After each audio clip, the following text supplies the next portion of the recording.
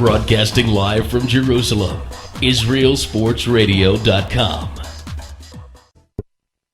From the ACI studios in downtown Tapio, Jerusalem, it's Louis Live! Now here's your host, me, Ari Louis. Good evening. Hope everyone is doing well up there in our nation's capital. Wherever you're listening, we appreciate you being on with us tonight on Louis Live. We're here till midnight IST Israel Standard Time. We've got a great show jam-packed, full of goodies. Andy Dorf from Dorf on Sports will be on at about 10:35. He is in Phoenix, Arizona. And let me tell you something, the Dorf man has been around the block. He's hosted a show on ESPN affiliate, currently hosting a show on KFNX 1100 in the great city of Phoenix, Arizona. A great city because I lived there and was born there as well. That's where Ari Louis got started, the man, the legend, everything. Got started back in Phoenix, Arizona, at least in this lifetime. Also, we got callers calling in as well. We're going to set up a time for that. Dorf will be on about 10:35 to 11 o'clock, approximately. So, what you guys want to do, if you want to be a part of the program, here in the Holy Land, 02-563-1492, and in the Old Country, 301-850-2484, and just trying to get this chat set up. Okay, our chat is working, so if you want to join our chat, you're a little too shy to do that. That is also cool as beans. Later on, we will get into the Omri Caspi to Maccabi Tel Aviv. We knew that was going to happen, just a matter of time in regards to Omri. So happy to have Israel's native favorite son back. I'm sure we'll get him on the show at some point. And we'll talk about Kobe Bryant, how he could, I don't want to say, well, his plans with China could be really screwed, according to a new rule. We're going to get to that in a few moments, and we're going to, of course, talk about Andrew Roddick's tantrum. They're cute at that age. They certainly are. By the way, we understand we might have some problems with the stream. You're having some trouble. You listen to us. I'm really sorry about that, but you wouldn't be able to hear this right now either. Okay, where do we begin? How about Jim Thome hitting 600 home runs? Let's start there. That's pretty cool. Thome, again, is probably the quietest 600 home runs in history. It's a shame for Thome that he is in the steroid era, not really appreciated in his time. Had he hit 600 home runs about 20 years ago, he would be about fourth on the list. But it doesn't happen this time around. He hits in 2011. Again, Thome's been around everywhere. But at 40 years old, he became the eighth player to hit 600 home runs. He had a two-run home run in the sixth inning for a number 599 home run, and then the 3-1 shot in the seventh. That was a 6 home run. It came off Daniel Scherth on a 2-1 pitch. Both home runs hit in opposite field, and it was in Detroit. And Detroit applauded Thome, even though Thome, of course, is a Twins player. They're rivals in the Central, but everyone's going to respect that. Babe Ruth is the only man to do it in fewer at-bats. That's a little misleading to some degree because Thome is 40 years old, but Thome has some injury issues, obviously. Thome hit 600 home runs in at-bat, 8,167. And he has 65 home runs against the Tigers. That's by far his best team he's hit against. Remember, he played for Cleveland for a long, long time. That's where he really had his dominant years. Tigers are very, very classy. Posted a congratulatory message on the scoreboard. Now, before we get to Thome's Hall of Fame credentials, and again, because this will be talked a lot about on Sports Talk throughout the world, people that are into baseball, of course, and that is Jim. Well, okay, Jim Thome's obviously a Hall of Famer, but where does he rank? I like to look, the stats, the 600 home runs, certainly impressive. I want to look at where he ranks in regards to MVP voting. I know that sounds a little weird, but to me, a baseball player, you don't just look at stats where you compare all the time. You compare in the era as well. And that might be a way we deal with this whole steroid issue. If everyone's on steroids, then all the numbers are inflated. So you could put people in based on how they did against their competition, or you can make a blanket rule and say they can't get it at all. Again, what's sad for Thome, as I sip this cup of coffee, Tommy, good possibility he didn't cheat. Good possibility. His home runs have always been very consistent. Very, very, very consistent. Sorry, I got scared for a moment as I noticed potentially my Facebook was not up, but it is. That would not be good. Ladies and gentlemen, about to get to 2,100 friends either tonight or tomorrow. Very, very excited about that. I really, really am. Yeah, I'm not joking. It's kind of sad. But you have to understand, 2005 or 6, something to that effect, I remember this guy, he, not a bad guy. What was his name? From U of A, kind of this muscular guy, and he had all these friends, and he was popular, and he was like a model or something, and when we first, Facebook got started, he had, I think, 900 friends. And I said, I'm going to get to 1,000 friends, 1,100 friends, and people laughed at me and all that good stuff, and about to get to 2,100 friends on the doorstep. 2,098. No, I don't know all of them. No, I do not. I don't know all of them, but I know, I probably know a couple hundred. That's pretty cool. Anyways, you guys want to hear sports. Again, Tommy's achieved. Now, I want to break this down MVP voting-wise because let's see where he ranked in the competition. But again, a lot of different teams. White Sox, mostly Indians, is the Dodgers for a little bit. Bounced all over the place. Okay, here, let's name. I mean, he was at Philadelphia from 02 to 05. He left. They started to get good. That's not quit. That's a coincidence. Just kidding. But again, dominant years in Cleveland. Cleveland from 1991 to 2002. Then went to Philadelphia. White Sox went to the Dodgers and right now Minnesota. Okay, again, you want to figure out where he ranks. First of all, never won an MVP. He was. Here's his ranking in the MVP voting. It's 15th in 1996. He was 6th in 1997. That was the year, of course, the Indians went to the World Series. In 1998, he was ranked 21st in the MVP voting. 2001, 7th. 2002, 7th. 2003, 4th. 2004, 19. 2006, 12. That was with the White Sox. And last year, at 39 years old, he was 18th in the MVP voting. MVP voting, not that solid. I just want to give you some perspective of where that is. Let's put in, we'll go Captain Derek Jeter. He had, of course, his 3,000th home run. His 3,000th hit this season. So certainly he's in the Hall of Fame. But again, I want to give you some perspective of where his MVP numbers are at. And I put him in because it's the captain. A lot of people say Derek is overrated, and his numbers outside of 3,000 hits, which is a weird comment to make, but outside of 3,000 hits aren't that solid. Well, 95 to 2011, of course, 17 seasons. Here are the MVP rankings. 97, 24th. 98, 3rd. That was the Yankees won the World Series that year. 99, 6th.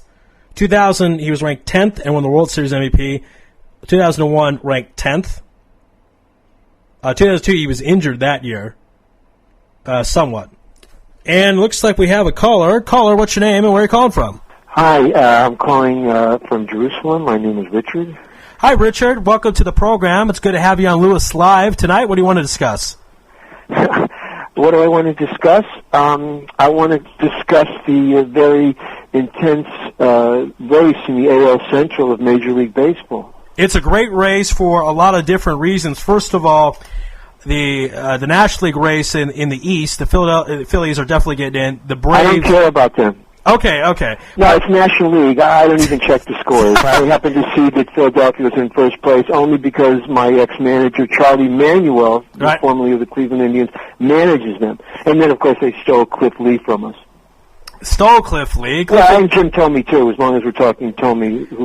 He got a 600 home run, and I want to ask you more about that in a few moments. But let's go to the Central. I think one of the more surprising teams in all of baseball this season has actually been the play of the Indians. Well, let's talk about that. Okay. I have a feeling you're a Cleveland fan. 60-57, I don't think anyone thought they'd be competing for the division. They're right behind the Tigers. I had the Tigers to win the Central before the season started, so I actually hope they're going to finish this out. I love Miguel Cabrera. White Sox are there as well, 3.5 back. It's a great race. It's the only division in Major League Baseball that has 3 teams. One of 3 teams could win it. So, I didn't know that. So I guess, again, you're a Cleveland fan. Make your case. Sell me on why the Indians are going to win the Central this season. Well, we've got a lot of gym rats on the club, scrappy kind of guys. Sure. They used to call them Dustin Pedroia, but now it's Jason Kipnis and Lonnie Chisenhall, and these are our gym rats. And then we've got a holdover Hafner who is hit in the shoulder, and the pitchers targeted him a few years ago because he was a monster hitter, and they injured him so much, so now he's a shell of his former self, but he could still hit 300, and he's a looter-type person, and we've got just the most awesome pitching. We have the best starting 5 of anybody in that AL Central, and I think something new rivaling the Phillies, who I don't even follow, as I said before. But this pickup of Jimenez from Colorado, we have a high-character team. Our manager calls us a high-character team, and I like that, being, living in Jerusalem.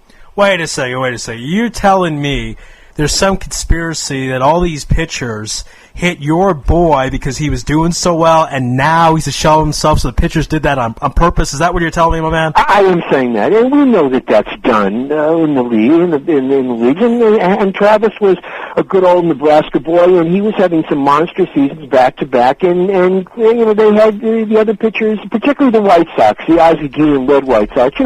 They play, kind of like dirty ball. That's not any surprise. Most people know that, and they really went after Hafner, and specifically the pitcher Steve Burley.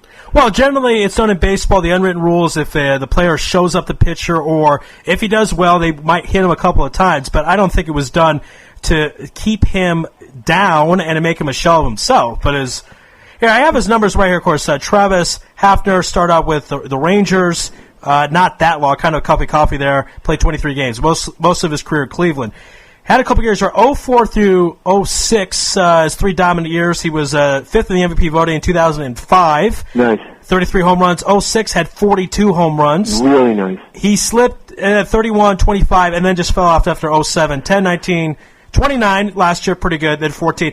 I want to throw this possibility at you, my friend. Do you think perhaps he juiced and then stopped juicing, and that's why the numbers went down? Ouch. I don't like to think that at all. I think, and not just because he shamelessly departed our team 10 years ago. Jim Thome, though, there's a case for juicing. I like the guy. They say he's a gentleman, but I tell you something, that guy came up from our AAA affiliate, a skinny kind of guy, projected to hit 15 to 18 home runs. 3 years later, he's totally bulked up. He's batting behind Manny Ramirez, Albert Bell. That team was one of the great, really undiscussed teams. How great that decade of the 90s was. The John Hart-led Cleveland Indians. If not for personal reasons and psychological reasons, they would have 3-4 guys in the Hall of Fame out of that team. The 95-97 Indians, probably 2 of the best teams ever not to win the World Series, kind of stubbed their toes in the Fall Classic, especially '97. They had they had the lead in the bottom of the ninth, and Jose Mesa couldn't get the job done. We don't really discuss that in these here parts, certainly in my home. I don't mean to stick you there. We don't discuss that because, see, I'll tell you, that was a fluke, and I think the fix was in on that. And actually, a funny story, I lived in Michigan at the time, the state where I made Aliyah from, and there was a freak storm that night, and trees, limbs fell down on wires and interrupted the 7th game of the World Series. And that World Series was 3-3. We were leading 2-1. It was the 8th inning. And I couldn't believe this. It was a freak October storm in western Michigan. And so I didn't know what to do. So not thinking clearly, I went out in the freak storm in western Michigan in October and sat in my car freezing because ice was coming down and pelting. And we got to the 8th inning, and then my child, who had such empathy for me, said, Daddy, please come inside. You could use your transistor radio, because the power was cut off. But I didn't realize that. So I used my transistor radio, and I went down to my office in the basement of our home there in West Michigan during this freak storm, and I chewed my fingernails off that 9th inning. And Charles Johnson just had a free kick. Jose Mesa was money. There was no way that we didn't win that World Series, other than the fact that we didn't win that World Series. But Charles Johnson, their catcher Moses Alou, I can relive this moment as if it were yesterday. He took off he was on first base, and it was a hit and run, and Johnson lunged at the ball and dumped it into left field, and Alou gets to third base, 1 out, men on first and third, and then Craig Consul, a guy who's still playing, as a matter of fact, 12 years later, kind of a veteran, a cagey veteran utility guy. He hit a deep sacrifice fly. Manny Ramirez made a great catch on that play, but it was a sacrifice fly, and I knew we were toast. And sure enough, Craig Counsell's gamer. I know him from the days of the Diamondbacks. Without him, we wouldn't have won the World Series. He was really the MVP of the 01 ball club as a team MVP. It's true. Yeah, it's true. He's one of those throwback players. Totally scrappy. A real good ball player. But listen, I'm holding my own here in Jerusalem, which is obviously a holy city and a great, wonderful place to be in. And somehow I'm still kind of, I don't know if it's a ball and chain, but I'm still kind of tethered to that sports, that the Cleveland Indians and the Cleveland Browns. If we want to go there, it's the dawn of the new season. And I'm still tethered to that. And I don't think it's idolatry. Maybe you can comment on that. But I'm a little uncomfortable with it. I try not to give it too much attention. I don't really stay up overnight and listen to the games, but it's the first thing I do with my morning coffee, and even before I read the Jerusalem Post, is check the scores from the previous night. Right. So wait, you're asking me, if, in my opinion, if this is idolatry or not? I guess I am asking you. I do solicit for feedback from people on that. I don't want to get too much sugar with the thing, sure. but I try to always think of my wife first, because I want to live with shalom bias and total peace in the home. So I try not to let her interfere. And if ever she wants the computer, it's a negotiable point during the game, but we work it out. Well, this is a great question, because I actually was thinking about this last night. I think about this quite often because I try to be an observant Jew, and I'm of course running this station, and there's a couple of things. The origin of sports is generally classified as the Olympics and that the Olympiad, and with Greeks and all that kind of stuff, and that was Mamash Vodazora, and people fought to the death. It was very bad stuff. The sports nowadays is not really like that so much. There is some Hellenistic roots to it, but it's more kosher. I know the Lubavitch Rebbe, I can't get you a exact quote, but I heard this from someone else, whatever that's worth to you, that sports is a kosher taiva. Sports, to me, is kind of a place where it could go bad or good. If it's gambling, if people are cheating, drugs, then that's obviously bad, but it can be lifted to a good place if it's for health, sportsmanship, maybe a release, or some type of entertainment. If you're learning or working, doing hard stuff during the day, and you want to rest for some time and check out sports, let me tell you, there's a lot more things worse on the internet than listening to an Indians game or watching the Indians game. I'll tell you that. I like what you're saying. I still obviously am there. I haven't detached myself from it, but I also heard a distinguished Rebbe, whose name escapes me, say that sports was good for the Jews. Well, you probably want to know, you say, why is sports good for the Jews, Richard? And I'm going to tell you why. He said, and I quote, it's good for the Jews because it keeps the goyim away from us. I heard something like that, too. I mean, there's some, I don't want to start a whole anti-goy type of thing, but I would say... No, heaven forbid. I'm not trying to say it like that, but I would say like this, and this is a very serious point. People, the masses get bored. The masses always want to do something. That's and right. If you have 50, 60,000 people at a baseball game, then they're not starting riots, they're not beating people up, they're not doing crimes. Now, do sports riots happen? Yeah, but it's not as often as people think. In fact, that's why it's newsworthy, because it's pretty rare. And people in general people, when they're unchecked, when they're bored, they go to some type of mob violence. It's just kind of the way it is in the populace. So if sports does keep people occupied, both non-Jews and Jews, but if it's, I think it. I actually like Ray Lewis's point. I thought it was true when Ray said that there's not going to be NFL crime will go up. I thought he was serious, and not just because he would commit the crimes himself, but because I thought, there's a little joke there, but I think there's a point that when people are occupied doing something, even if it's watching something, I think it keeps them from doing harm. So I don't think that's such a crazy point at all. Okay, I'm not going to say I'm elderly by any stretch, but I'm an older guy, so you get real philosophical about this stuff, and you add up the minutes, hours, days, weeks, months that maybe you could have been doing something else, building a relationship with your wife, or fathering your kids, or studying Torah. There's many, many noble pursuits that we can and should be doing, perhaps.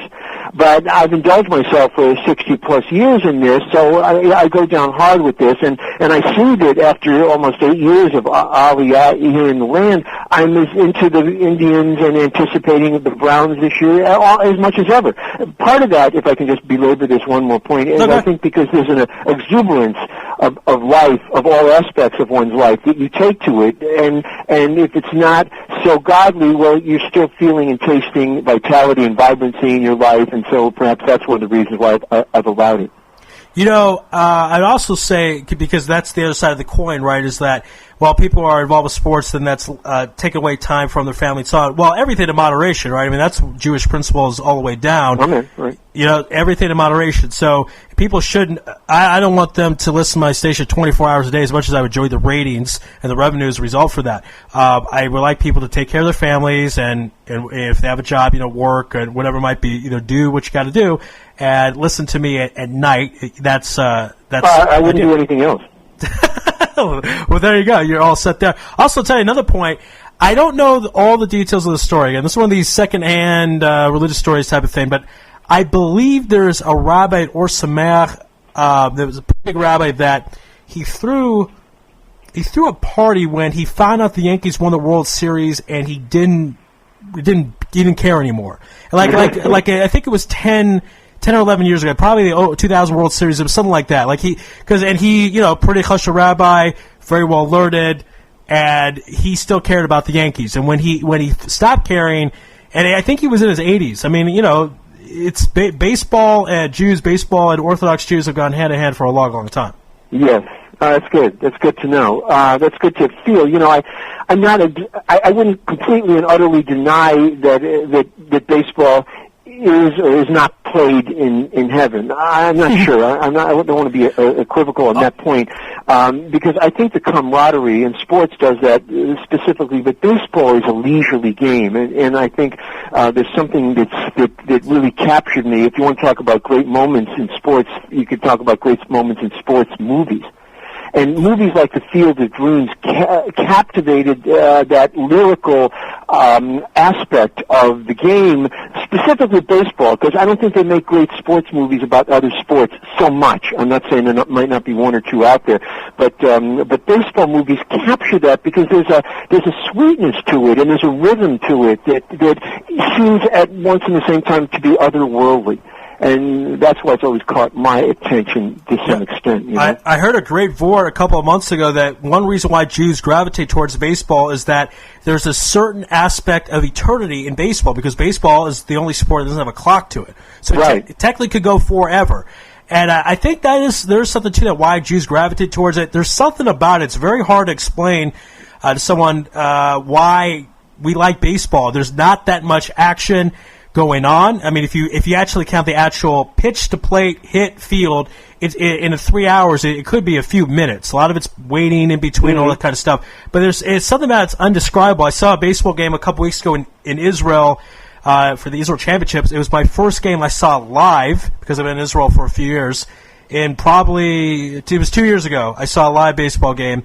And there was something about it in the summer in the fields, and I was just so happy. So it was very cool thing. Now, before we let you go, I want to talk about Tomei, because he had a 600 home run today against the Tigers. Now, you even as an Indians fan, are going to make the argument that he juiced, because, like you said, he started out skinny and then bulked up, correct?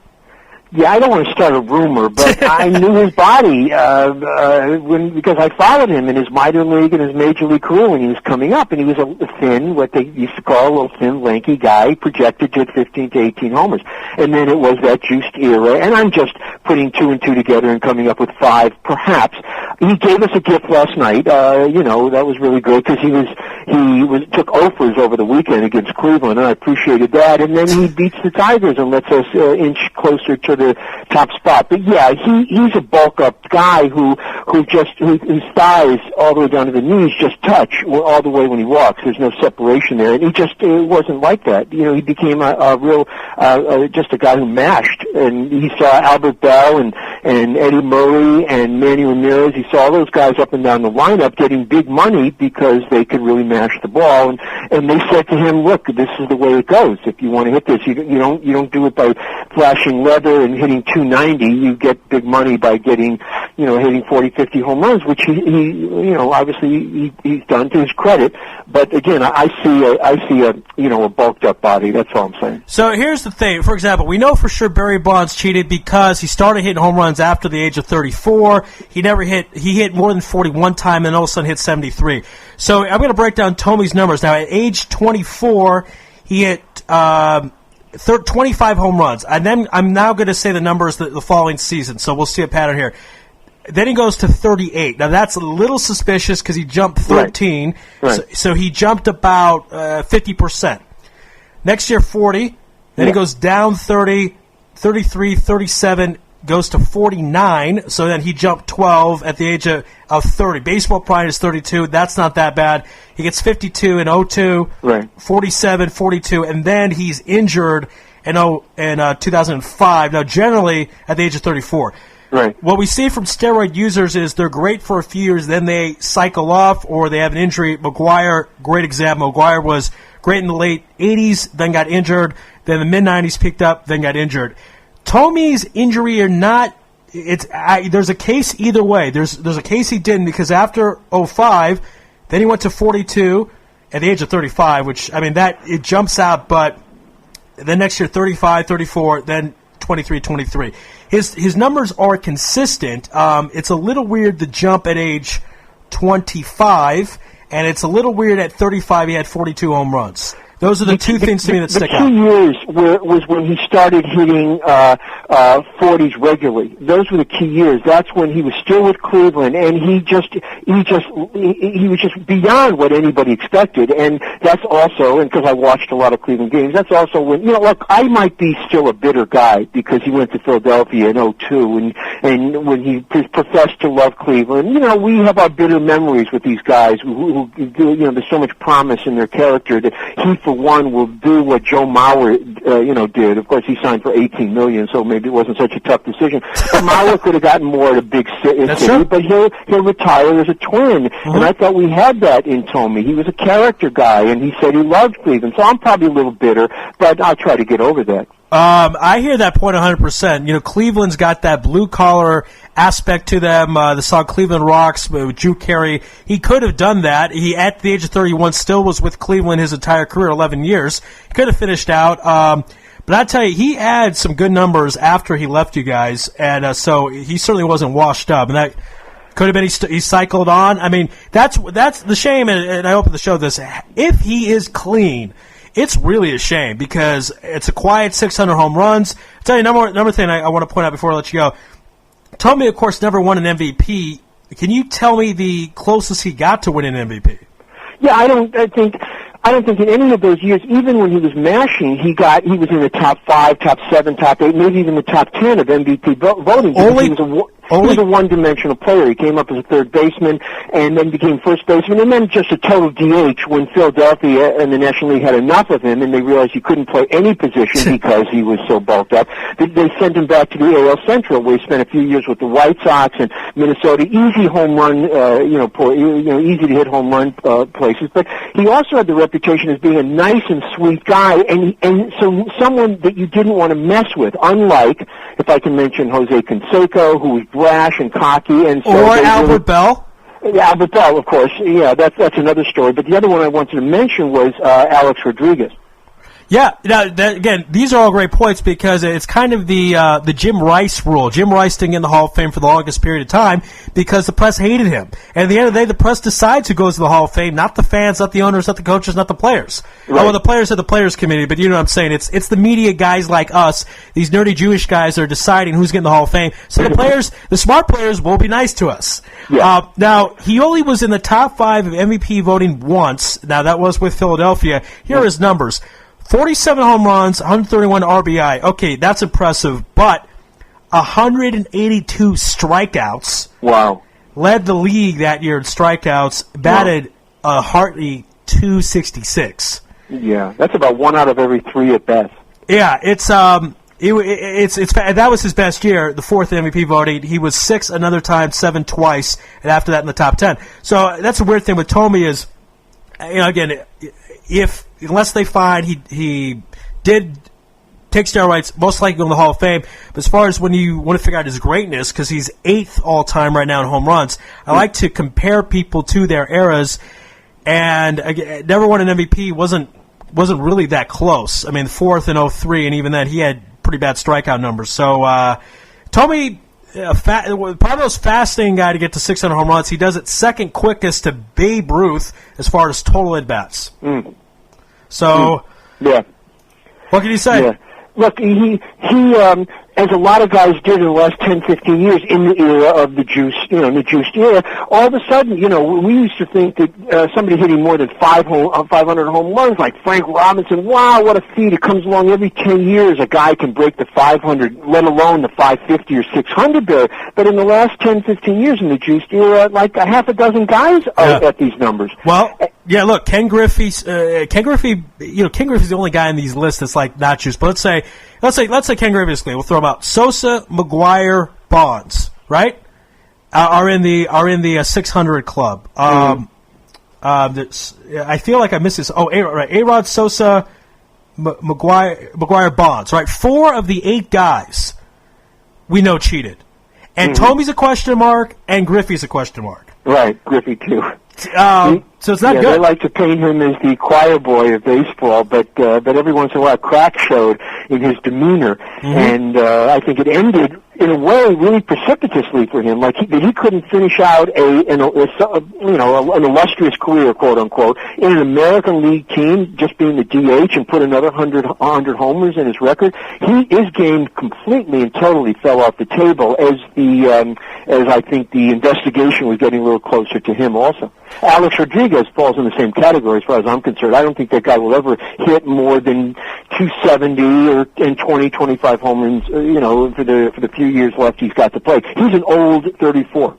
He is, and that's, by the way, as far as Jim Tomey fans, what they should be concerned about, because you make the case, let's say, when I say you, I mean plural, about Tomey not taking steroids because his numbers have been consistent. Well, A-Rod's numbers were also consistent. A-Rod figured out somehow, some way to take steroids and not get injured and not have the downturns that McGuire's and Sosa's and Ken Kennedy also comes to mind.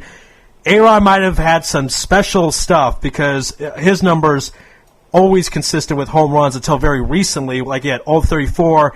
He's done, and that really might kill his Hall of Fame chances because if he's clean now, most likely. Well, you see clean Alex Rodriguez, 30 home runs, 270. That's not really a Hall of Famer. Right. It's not going to get done. Okay, I kept saying one last thing. Hopefully now one last thing because we got a guest coming up. Albert Bell, 1995, didn't win the MVP because he was rude to the press. Oh, wait, I'm sorry, right? Who did you say 1995? Who? Albert Bell in 1995 because Mo Vaughn was the MVP winner. Do you think Albert Bell should have won it? He had better numbers than Mo Vaughn. Oh, of course. I'm not just saying that as a Cleveland fan, but that's generally known. Bell was an SOB, and Vaughn was a really nice guy. I mean, that was a total cheat for Albert Bell, and he was bitter. And I think the bitterness, he had one of the most inexplicable demises from baseball. He just had some it was called a hip degenerative disease. I just think the bitterness took him out of the game because that was a huge player. That was a gifted athlete, cork bat or no, and they just handed it to Vaughn in what was generally considered a ripoff. That's fairly apparent in my world. I remember very vividly watching the interview with Vaughn after he won it, and because they were tied for RBI, but Albert Bell had more home runs and a better batting average. He played in the outfield as opposed to Vaughn played first base. I played first base in Little League, but hey, let's get real. They don't put the quickest guy at first base. Better defensive players generally in the outfield, both first-place teams.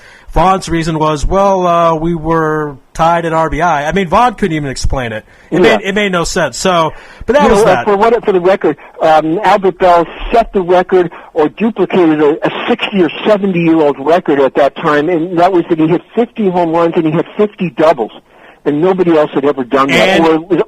Or somebody, I don't know, Gehrig, I don't know. He also did it in a shortened season. We recall 94 strike carried over 95. I believe it's a 150-game season, something to that effect. Did not play the full 162 games.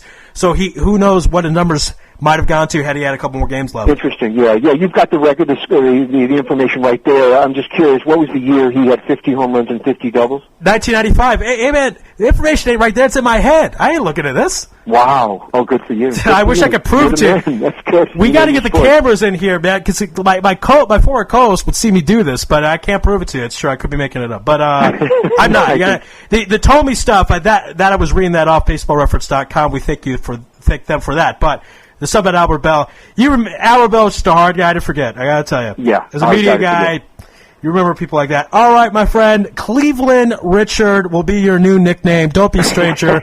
Call back to Louis Live. Again, we got to have you on. Myself. Thank you so much. Be well. Bye now. All right, that was only a 25-minute phone call. But hey, man, if you're like Cleveland Richard and you can get it done, you can talk your sports, you could be on for a long time. We'll take a much-needed commercial break, got to pay some bills around here, and then we'll bring on Andy Dorff from Dorff on Sports after this. Offering the best of Israel at the best price, Shalom Israel Tours can help you make your next trip to Israel the adventure of a lifetime. Shalom Israel Tours will customize the trip to Israel for your family or group. Specializing in bar mitzvah packages, outdoor adventure vacations, wine tours, and more, Shalom Israel Tours is sure to inspire. So whether you're looking for a customized trip, a day tour, or a car rental, Shalom Israel Tours is here to help. Email us at inspire@shalomisraeltours.com or click the banner on the Israel Sports Radio homepage, and soon you will find yourself in Israel. That's Shalom Israel Tours, www.shalomisraeltours.com. Are you ready to get serious about your health and fitness? iFit trainers provide one-on-one personal training and put together the best fitness program to get the right results for you. Find your I in Fit. We offer certified personal trainers with elite athletic experience and flexible hours at the convenience of your own home. Classes are offered in English and in Hebrew. We serve Jerusalem and the surrounding areas. For more information and to schedule your first workout session, call Alyssa at 054-759-7280 or email Alyssa, ELISSA, at i-fit.co.il. Visit us at www.i-fit.co.il or click on the iFit banner on the Israel Sports Radio homepage. Feeling overwhelmed with all you have to do? Let your personal shopper help. Chani is an experienced gift shopper and can help free up your day. Chani can assist you in finding the perfect gift for your upcoming simchas or pick up those light items at the grocery. And don't forget, if you are in the area of the Israel Center on Karen HaYesod, stop by on Monday or Tuesday between 8:30 a.m. and 12:30 p.m. to check out all the great gifts Chani has to offer. For more information, call 02-654-2155 or email chani@netvision.net.il. Don't forget to check out her great website at www.chanisgifts.com. Israel Sports Dynamics specializes in football consulting, equipment, uniforms, and more. Great brands such as Nike, Russell Athletics, Schutt Sports Products, and many more. Just one call away. With over 30 years coaching experience with university and professional athletes, Terry Hill, owner of ISD, can advise you for all your sports needs. Call 054-581-3248. That's 054-581-3248 or visit our website at www.isdisrael.com. If that's not easy enough, click on the ISD banner on the Israel Sports Radio website and be part of the game. Offering the best of Israel at the best price, Shalom Israel Tours can help you make your next trip to Israel the adventure of a lifetime. Shalom Israel Tours will customize a trip to Israel for your family or group. Specializing in bar mitzvah packages, outdoor adventure vacations, wine tours, and more, Shalom Israel Tours is sure to inspire. So whether you're looking for a customized trip, a day tour, or a car rental, Shalom Israel Tours is here to help. Email us at inspire@shalomisraeltours.com or click the banner on the Israel Sports Radio homepage, and soon you will find yourself in Israel. That's Shalom Israel Tours, www.shalomisraeltours.com. Okay, we're back here on Louis Live. We're honored that everyone here has joined us. Great show tonight, and it is about to get greater with our guest from Dorff on Sports, Andy Dorff. Andy, how you doing, man? I'm great, Ari. Always a pleasure talking sports, and Always a good thing when you're living in the Valley of the Sun when it's like 110 degrees out. So yeah, for sure. Life is good, man. Life's great. Absolutely, and we love having you on here in the motherland. So let's talk first about Jim Thome gets his 600 home run today against the Tigers. I'll just throw this out to you. Did he do it cleanly, in your opinion? It's interesting. That's a great question because obviously, he was in that era, obviously, of that's in a lot of question, and he seems to be a guy that somewhat has stayed clean. So, as far as we know, and the way it works here is innocent until proven guilty. So, I would have to just say, it's a good thing at this point, at least to think that the guy did it naturally, and so I guess at this point, I'm going to say, I think he's done it naturally. I don't think you've seen the change in his body, like you did with the Barry Bonds, obviously late in his career, and Sosa and McGuire obviously getting stronger late in their careers as well. So, I don't think you've really seen that so much from him. He's been consistent, man. I mean, 6 years, I think, of 40 or more, a couple of years of 50 or more, and a lot of years of 30s or so. So I think there's a good sense of consistency out of Jim Thome, and I'd like to believe that he's done it naturally. And at this point, that's what I have to go with. Yeah. Now, the thing with Thome is interesting because, like you mentioned, numbers consistent. That's certainly to his case that he did stay clean. A couple of spikes that are a little suspicious, but good possibility he was clean. It's certainly a shame if he was, because this is the quietest 600 home run career probably in history, and how he did it with multiple teams and didn't win an MVP, wasn't ranked that high. But if he's clean, deserves to go to the Hall of Fame. Sticking with baseball, let's go to the Diamondbacks and Ian Kennedy on a roll, 15-3. Actually has a better record than Roy Halladay, who's 15-4. ERA about 60 points higher. What are the chances that Ian Kennedy wins the Cy Young instead of Roy Halladay? Man, it's been a dream year for the Diamondbacks. We've talked about this, here and there a little bit, and it's just been a miraculous run, and it continues to go that way as they're still leading the National League West, and obviously Ian Kennedy a huge part of that, and I love it. I also think that Justin Upton has to be mentioned in the MVP voting too. So. I think the big knock you're going to have on the Diamondbacks is obviously a little bit of a smaller market. They don't get the kind of love and the pub that the Philadelphia Phillies are getting. And Philadelphia is, the best team in baseball. So, I think you just got to kind of take things in stride and see how it all plays out. But Ian Kennedy absolutely deserves to be mentioned in that breath, and rightfully so, could actually wind up, winning that award. So, again, he's got to finish strong. The Diamondbacks got to finish strong.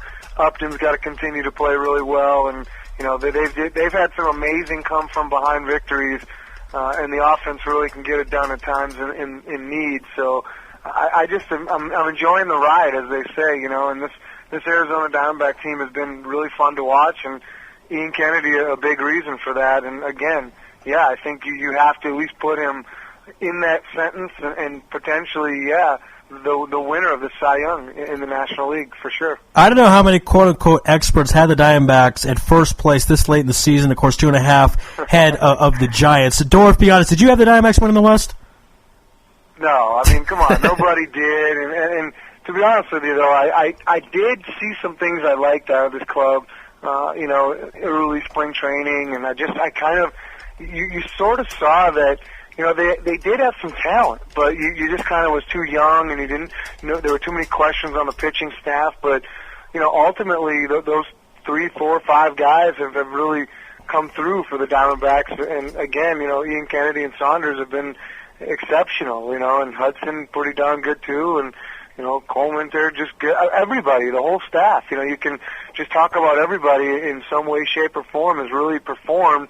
And, it's whether it's pitching, whether it's hitting, whether it's defense, you name it. The Arizona Diamondbacks have kind of gotten it done, and surprisingly, so, I don't think anybody had the Diamondbacks at this point where they're at. And like I said, I mean, it's turning out to be in my mind, one of the best, if not the best stories in baseball this year.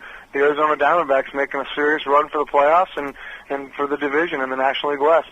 And a great thing that I like about the Diamondbacks, they are kind of a Jekyll and Hyde franchise. They were, of course, first year in 1998, but 99 they win the division, 2001 they win the World Series, 02 they win the division. They totally have a god-awful season in 04, 07 win the division, go to the National League Championship Series, fall off, and now they're back. And it's kind of every couple of years they have a good season. Dorf, want to go to the NFL. I'm very, very excited, of course. The Cardinals added Cobb. You predicted that would happen. It happened. You have Larry Fitz, and, of course, now they have addition of Todd Heap. Do you think Todd Heap is going to make a big difference to that ball club? I mean, it's always nice to have a quality tight end, and obviously he's going to bring that. And he's a local kid as well, played at A-State, and I think it's a good sense of comfort for him. And again, it's a place he's very familiar with. So I think that along those lines, it's great. I think they need another wide receiver. I'll be honest with you. I don't think Early Doucette is that guy that can take a lot of pressure off of Larry Fitzgerald, and I think ultimately, again, and I don't know, I think that this is something that's going to go really, he's an undervalued guy in my eyes, and, the Washington Redskins pick up Tim Hightower, and, for years and years, he did the dirty work here, and he's a serviceable guy, okay? I know he fumbles a little bit too much, but Beanie Wells did the same thing as well. Ultimately, I think it was a move where they're just kind of opening things up for Beanie Wells to be able to come into his own, maybe Ryan Williams to kind of step in there as well, and then obviously that kind of makes Tim Hightower the odd man out. But I'm going to tell you what, I think that ultimately is going to hurt them, because I think, again, he did the dirty work. He came up with some key blocks in the backfield. He made some big things happen. He's got great hands.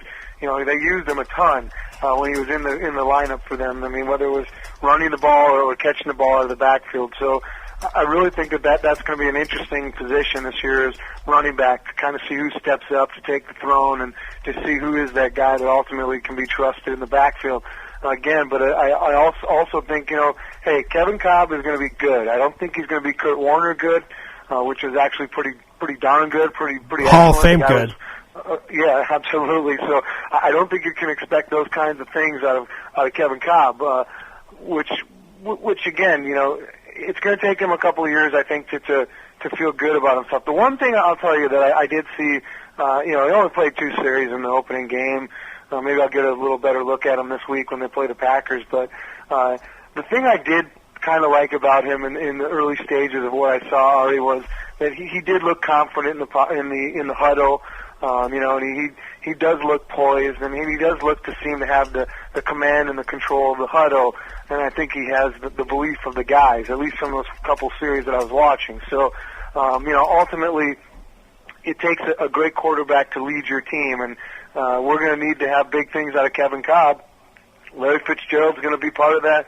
Todd Heap, I would really think is going to be a tough matchup, and he's going to be tough across the middle and going up the middle, and he's going to be hard on cornerbacks around this league. So I think that's a great addition. But again, I think you need another wide receiver, take a little more pressure off of Fitz so they can't double team him so much, and really open him up for the long ball down the sideline or whatever, because he's got great hands.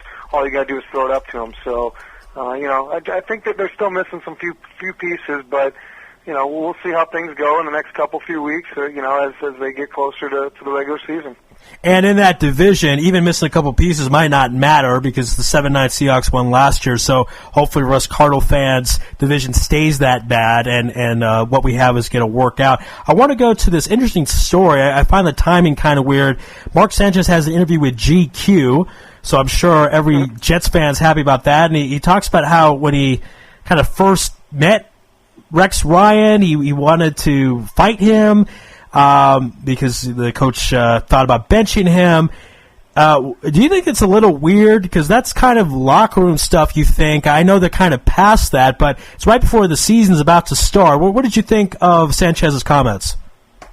Well, I actually happened to hear him make some comments on it last night, because obviously the Jets played Houston last night, preseason style, and You know me, I'm a junkie. I even watch those preseason games. I either need to get a life or, you know, there's not a lot going on in my life, one of the two. But, anyways, I was watching the game. I checked it out. I did hear what he had to say.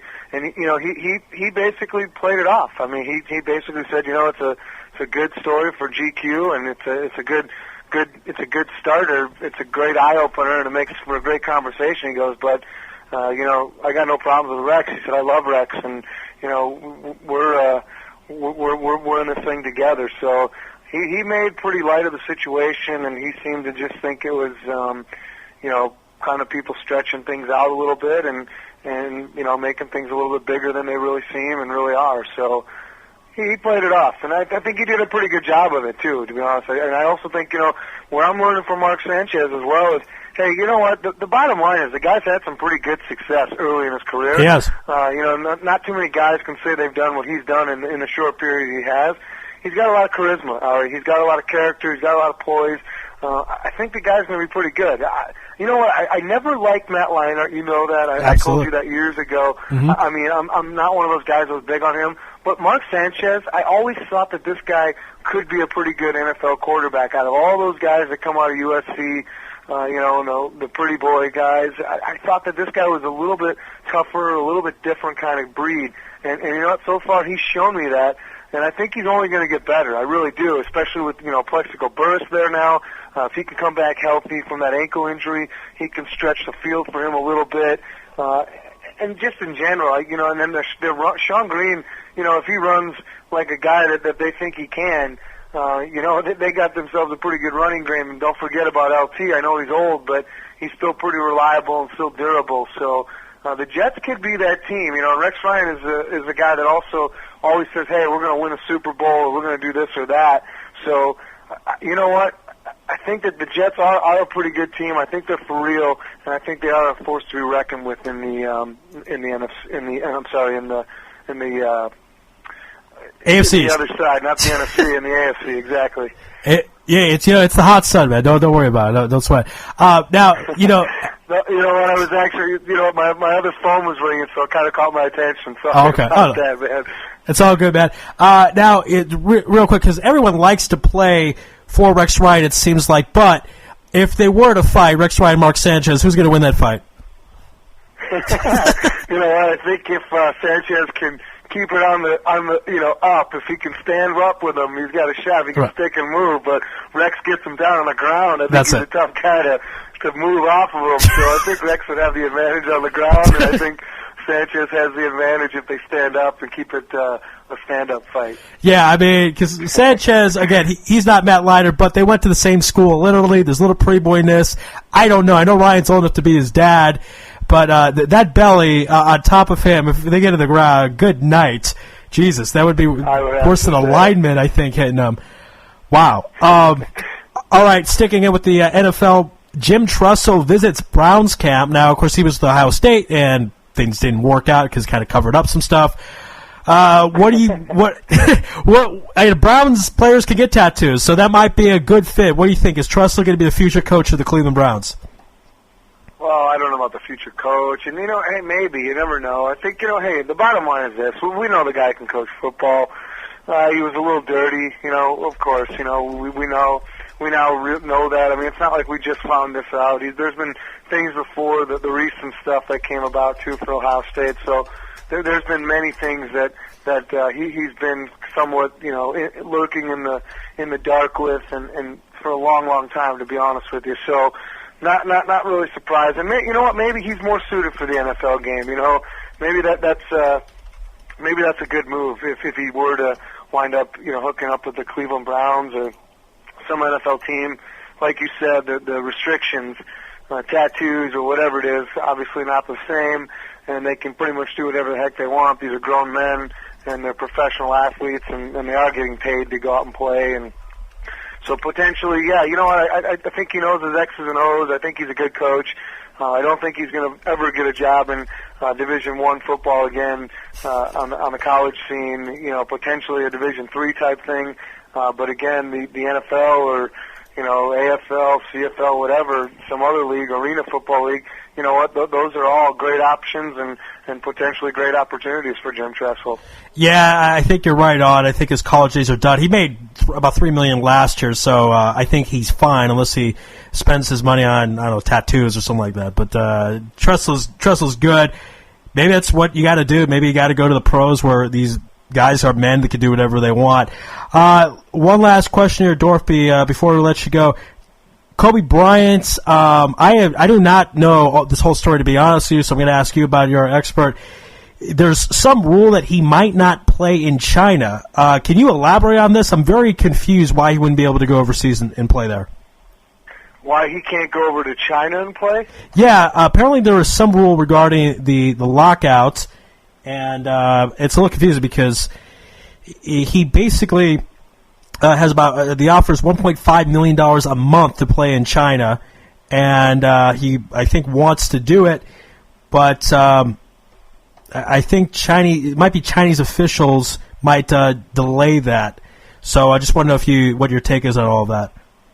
Well, I do know this. When it's the opposite way, let's say, a Chinese player wants to come over and play in the U.S., first and foremost, it takes years and years for that to happen. It's either got to be put in the works years before it obviously actually happens, or what they also sometimes do is they always want a percentage of that money that they're making. So for years, I don't know, how long it worked for Yao Ming, but I know for years he had to pay part of his salary back to, the Republic of China when he was, first started out in the NBA. So they have some screwy rules and things along those lines as far as their own players. I really didn't know they could implement those and enforce those kinds of things on guys that were, potentially coming to play in China, which is very interesting. Okay, I just got the rule right here. The rule is that in China, they would want Kobe to play the entire season, even if the lockout ended. So Kobe can't obviously agree to that. So that they'll have to kind of work their way around that. Yao Ming also, I know there were some issues where they didn't want to release him. So there was a movie about all this kind of stuff. China's, no offense to people in China, but that's a little too strict for me. I don't think I'll be going to China anytime soon. All right, Dorfman, pleasure. Good thing you're not Chinese, I guess. No, and again, that's no offense to anybody, but people think Israel's dangerous. I feel very comfortable here. I don't want to go to a country I'm not allowed to leave, like China. Tell you what, though, there is one thing I'm pretty happy to see, and I think it's been a long time coming. You obviously know I'm a Milwaukee born and raised guy from Milwaukee, Wisconsin. Sidney Moncrief gets hired as assistant head coach to be with the Milwaukee Bucks, and obviously he was a star back in the 80s with the team with Paul Pressey, Terry Cummings, Jack Sikma, Ricky Pierce, along those days, and just probably a couple of years before you can remember. But I'll tell you what, a hell of a ball player, really well respected there in Milwaukee, and I think it's just a great way to reach out and give back to Sidney Moncrief for all the great years that he gave the Milwaukee Bucks to give him a spot on that coaching staff and get him back in Milwaukee. So I think that's just a pretty cool thing in the NBA. And, again, hopefully these guys work things out so that they're back out on the floors. And this lockout could be for real, like we've talked about before. And I do have my doubts. And, you hear, Kobe Bryant, among other guys, all talking about, hey, I'm playing next year. I don't care if there's a lockout. I'm going overseas to play. Dwayne Wade, some of the best players in the NBA, and ultimately, I don't know what that does. I really don't. I think it's a real bad thing in the sense of, we can't get it done and figure it out on our own turf, and there's so many opportunities and so many different options, and guys are willing to take them, and they're willing to go play for a lot less money. So it's something to kind of watch and something to kind of check out as this lockout continues to go on. Going to the Bucks real quick, the Bucks teams of the 80s is kind of forgotten because of the great Celtics teams, but they had some good teams, and I'm sure you're well aware of that. Oh, man, you know what, the fourth best winning percentage of, in that era, like you said, you had Boston, you had L.A., you had Philadelphia. Those were the teams, and the Milwaukee Bucks were always the odd men out. And I saw some great games, I'll tell you. I was at Julius Erving's last game as a professional basketball player. Oh, wow. It was in Milwaukee when they took him out, and he raised the ball to the Milwaukee fans, and it was a pretty cool thing. So I saw some great games and some great moments there in Milwaukee. I mean, we even had our battles with the Pistons before the Pistons were able to get over that hump too, and there were some great teams. You forget about the Kelly Tripucka and Vinny Microwave Johnson, Isaiah Thomas, Bill Laimbeer, those teams. Detroit, and I'll tell you what, the '80s was a great brand of basketball. If you're ever bored one day, Ari, YouTube it, and you want to really see some good action, you go and watch those games, and you flip on the mid '80s or so, and you watch those games because they're absolutely incredible. When it was coming down to the stretch and down to the wire in those games, you know what? It was all about who's going to make a shot. Whereas a lot of times, you watch the game now and they can't find the basket. So they were always scoring 100 points, and they were always making baskets down the clutch, and it was always a great brand of basketball. So the '80s are a great time in the NBA, man. They really were. Not just that, a flagrant foul now would be barely a foul in the '80s. They might not even call it. Yeah, that's another great point. You think about some of the hack jobs that happened back in those days. Kevin McHale, late in the games, Bill Laimbeer, obviously, and Rick Mahorn. Yeah, those guys could lay some serious wood. So I agree, man. Those fouls that they call now were like peanuts back then, for sure. And that was practically to be expected a lot of times. Obviously, when you go up to the basket, you were going to get hit, and they didn't make a lot of calls unless they're almost like they used to say, no blood, no foul, and they were serious kind then. Of that way back in the '80s. Yeah, and of course, former Phoenix Sun, and former Laker Kurt Rambis was a part of a lot of that stuff with him and McHale, and some brutal fouls. Like, oh my God, it's like football out there. Dorf, before we let you go, tell us how they can listen to your show and listen to you talk about sports. Well, they can always check out the podcast on a site called YourSportsFan.com, just the way it sounds, YOUR Sports, SPORTS, fan, FAN.com, or else they can always check me out live from 9 o'clock to 10 p.m. my time in the Valley of the Sun. What's the hour difference? Is that it's only 10 hours for you guys? It's 10 hours, so waking up like 7 in the morning basically would be it's about right, so people could do that. I mean, hey, if I'm up, I'll listen. Waking up early in the morning out there in the motherland, you call the Dorf man. It's you're waking up and got a 1-800 number for people to call, 1-866-536-1100, and it's also, like I said, online, KFNX 1100 1100KFNX.com. So YourSportsFan.com or 1100KFNX.com, and then obviously call in with thoughts and opinions. They're always welcomed and encouraged. So it's really what makes sports radio fun, is the ability to agree to disagree, man.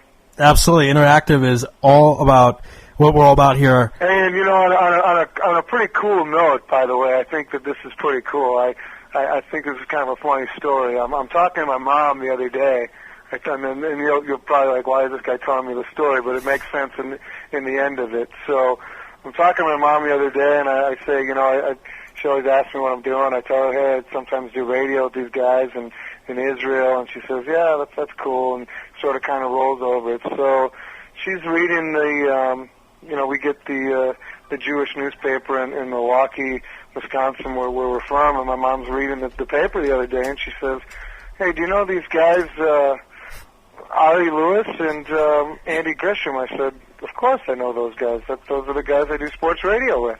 So she's reading about you all across the world, man, which I think is really cool. And you keep up the good work, and it's a great thing what you're doing out there in Israel. And the more people learn about it, and the more they hear about it, the bigger and the better it becomes. So I think it's pretty cool that you've gotten somewhat of a buzz, at least as far as it goes in the Jewish newspapers all over the country. So I think it's a great thing, man. Dorf, man, I'm telling you, my night, if it wasn't made, you just made it. I love that story. Thanks for telling me that. I really appreciate it. Yeah, no, I figured you'd get a kick out of it, because obviously it's it's about you. So I think it's pretty cool, and I think no, I thought it was, I said to my mom, I said, well, I've been telling you for, I don't know, however long you've been doing it now. I said, I've told you I've been doing radio in Israel for, I don't know, what is it, a year now or something? Yeah, something like that. Yeah, we had it, I know, for a while. But see, then she sees in the paper, and then everything's like, okay. Everything clicks. Yeah, well, yeah. It's good stuff. So now she believes me. I'm not just wasting my time and my energy, She actually believes it's real, so she saw it, man, which is pretty cool. And, and I read the article, too, so I thought, I thought it was just a pretty cool thing, man. I think you're doing a good job, and just keep it up, It's the way this whole thing works, man. Thank you so much, Dora. That's a great story. I love it. I'm going to have to turn that into a commercial or something. All right, we got to run. Otherwise, I'd have you on much, much longer. We got to pay some bills. But everyone, tune in to Andy Dorf from Dorf on Sports. Dorf, man, a pleasure as always. All right, you take care, buddy. Have a great day. Thanks, man. Be well. As Andy Dorf. Wow. See? There you go. We're being talked about in Milwaukee. Got to love that.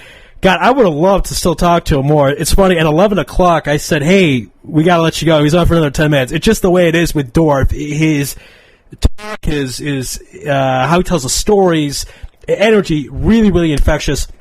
It was a great honor, pleasure to have him on.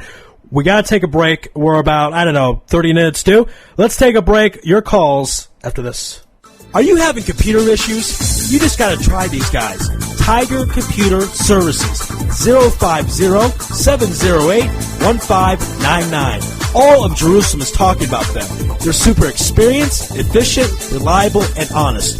Their lead technician has over 20 years experience and holds a BS in computer science from a top American university. Mickey from Macavia says, I will let anybody touch my computers except for Tiger. So call Tiger Computer Services, 050-708-1599. Believe me, you'll be happy that you did. Ruben from Baca says, I've had many technicians in the past, and these guys are some of the best I've seen. Laptops, desktops, netbooks, Macintoshes, iPods, iPhones. All hardware and software problems, advice, and instruction. The next time you need a very experienced and honest computer technician, call Tiger Computer Services at 050-708-1599. Mention Israel Sports Radio for a 15% discount for all new customers.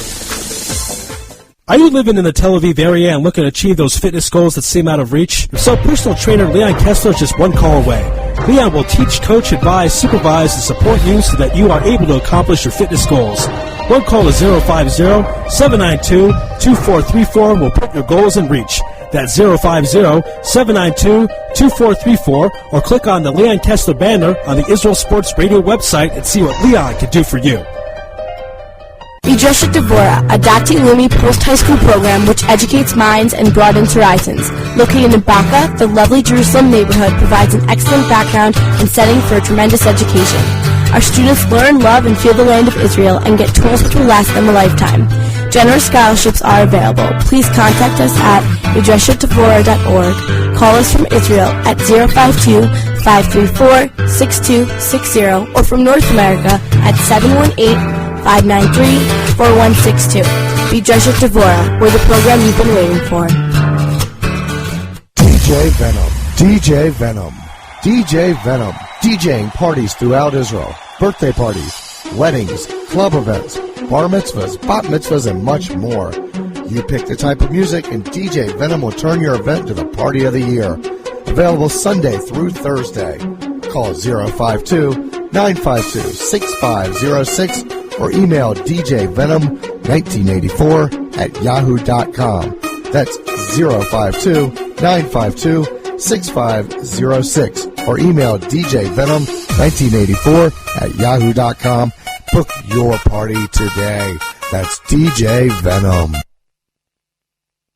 Offering the best of Israel at the best price, Shalom Israel Tours can help you make your next trip to Israel the adventure of a lifetime. Shalom Israel Tours will customize a trip to Israel for your family or group. Specializing in bar mitzvah packages, outdoor adventure vacations, wine tours, and more, Shalom Israel Tours is sure to inspire. So whether you're looking for a customized trip, a day tour, or a car rental, Shalom Israel Tours is here to help. Email us at inspire@shalomisraeltours.com or click the banner on the Israel Sports Radio homepage, and soon you will find yourself in Israel. That's Shalom Israel Tours, www.shalomisraeltours.com.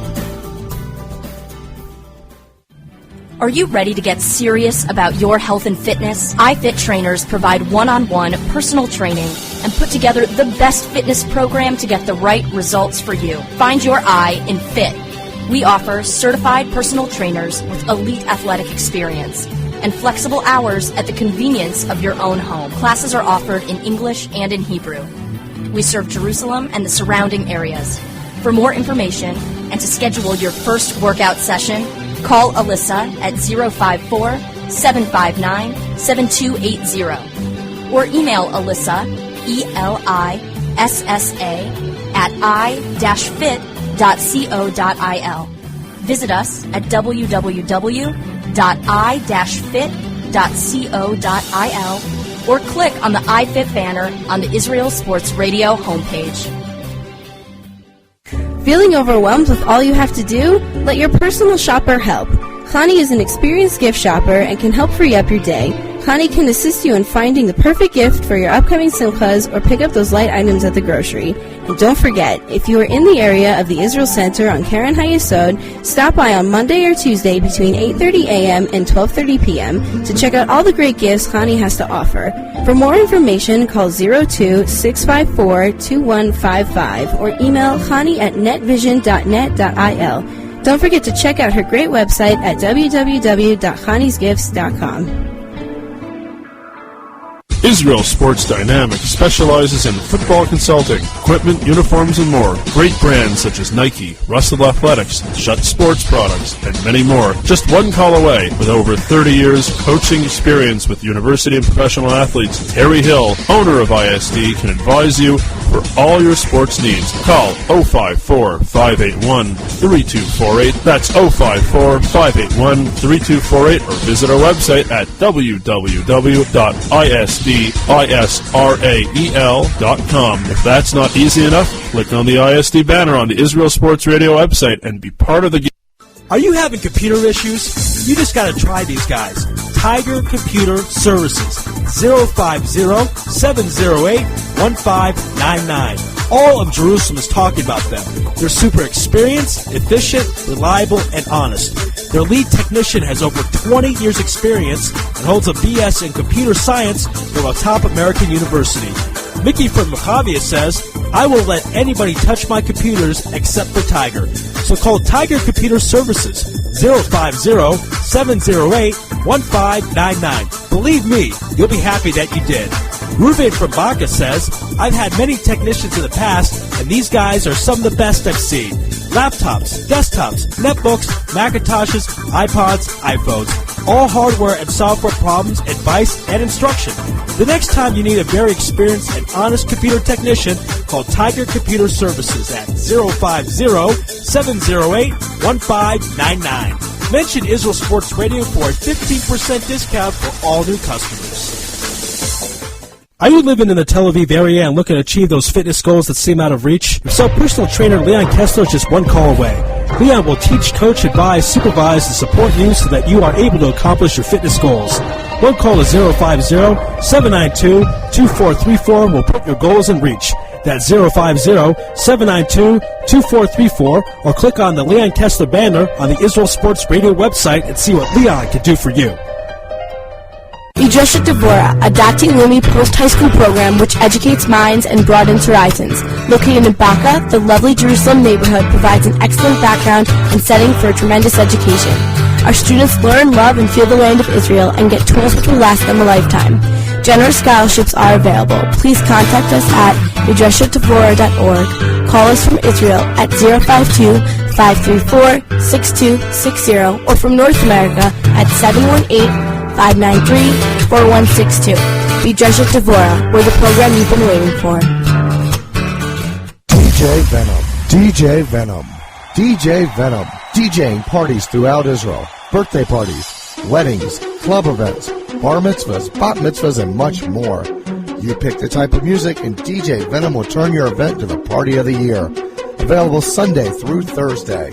Call 052-952-6506 or email djvenom1984 at yahoo.com. That's 052-952-6506. Or email djvenom1984 @yahoo.com. Book your party today. That's DJ Venom.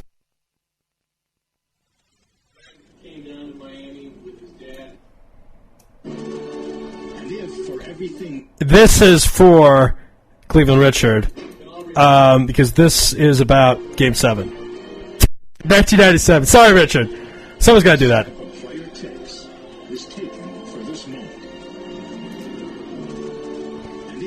Everything there is a season. This we know. It took the Florida Marlins just 5 to win the World Series. Yeah, but we did it in 4. Ha ha. Ohio lives a 33-year dream when a kid from South Bend scores on a hit by a shortstop from Columbia to help earn a Cuban pitcher the MVP. I'll get to that in one moment. God bless America. It's always about America and baseball. It's true. Yeah, Livan Hernandez, he won 2 games in the World Series. Game 1, Game 5. Castro actually came to Game 7, I believe, not Castro, I apologize. Livan's mother, who was held in Cuba by Castro. Castro let him go. They spoke very briefly. He hadn't seen her in years.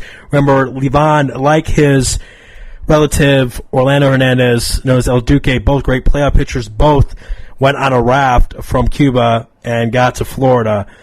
Just an amazing story. It's pretty easy to pitch in a baseball game, no matter how big, how many people are watching, stakes on the line. When you defect from a country and you could die. I mean, it's a raft. It's a homemade raft. It's a cardboard, and you coast to Florida. I can't even imagine what that's like.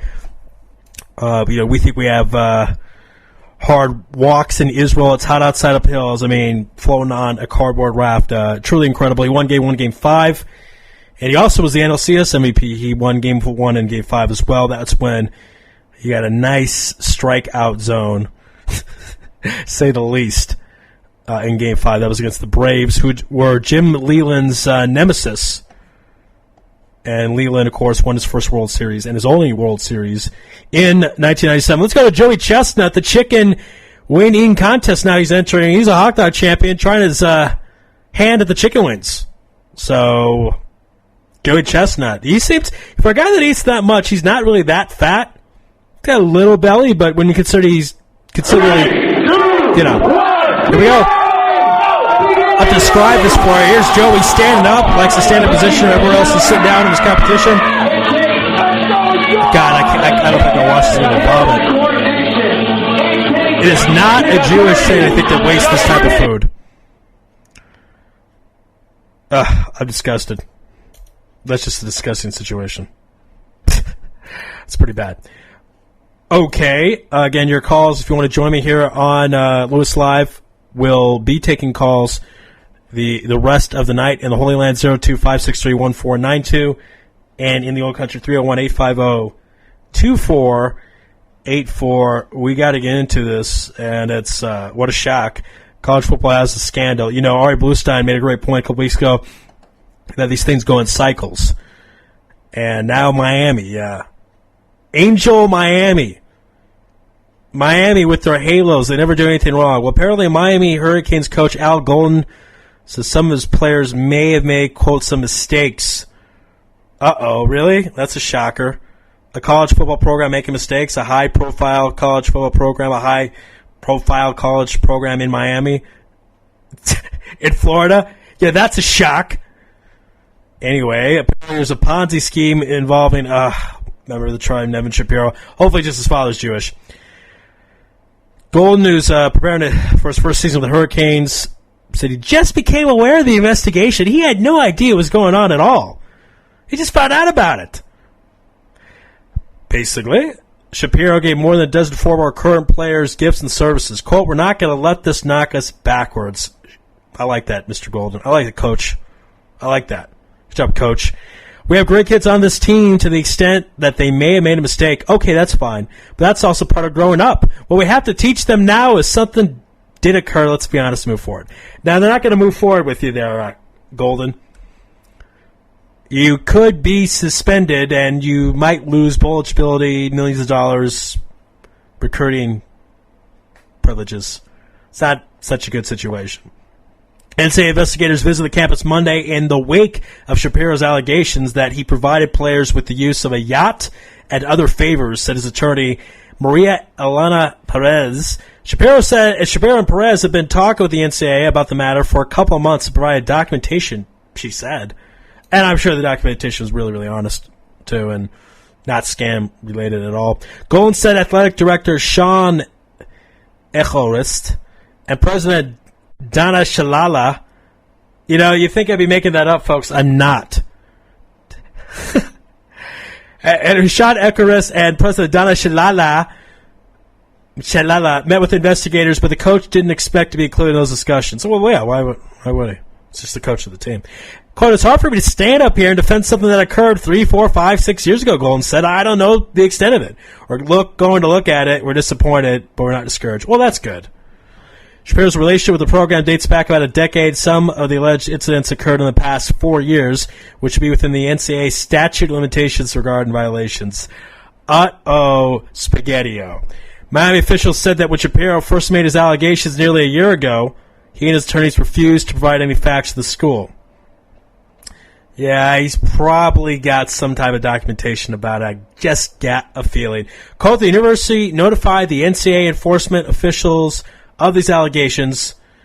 We are fully cooperating with the NCAA and are conducting a joint investigation. That was from the University of Miami. Golden joined the Hurricanes in December after Randy Shannon was fired. Well, welcome to Miami, Mr. Golden. Here you have a lovely NCAA investigation. What do you do now? You got to be suspended and lose money, eligibility, and recruitment stuff. A little more information here. Court records show Shapiro was accused of owing the Heat $732,348 and, of course, 49 cents for courtside seats he promised to buy. Let's see here. Shapiro said he gave away 2006 Heat NBA championship ring to satisfy a debt. Man, the Shapiro guy doesn't look that good. Looks a little shady. I know he's a member of the tribe, but got to represent us a little bit better than that, Mr. Shapiro, please. I don't want to have to make fun of you here in Israel. Don't make me do that.